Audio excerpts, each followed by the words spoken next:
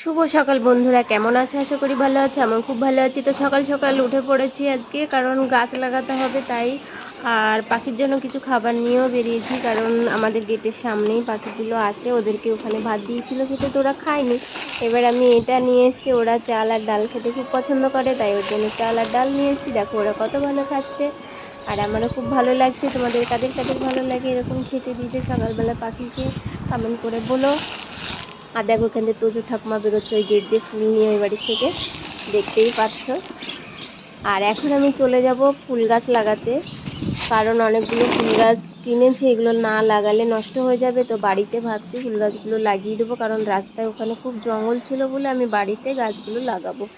তো দেখো আমার গাছগুলো লাগানো হয়ে গেছে, আর সকাল সকাল বৃষ্টিও হয়েছে, ওই জন্য আর জল দিতে হয়নি। তো ভিডিওটা ভালো লাগলে লাইক কমেন্ট করো, শেয়ার করো, আর পরের ভিডিওতে দেখার জন্য অনুরোধ রইল। Ta-ta, by.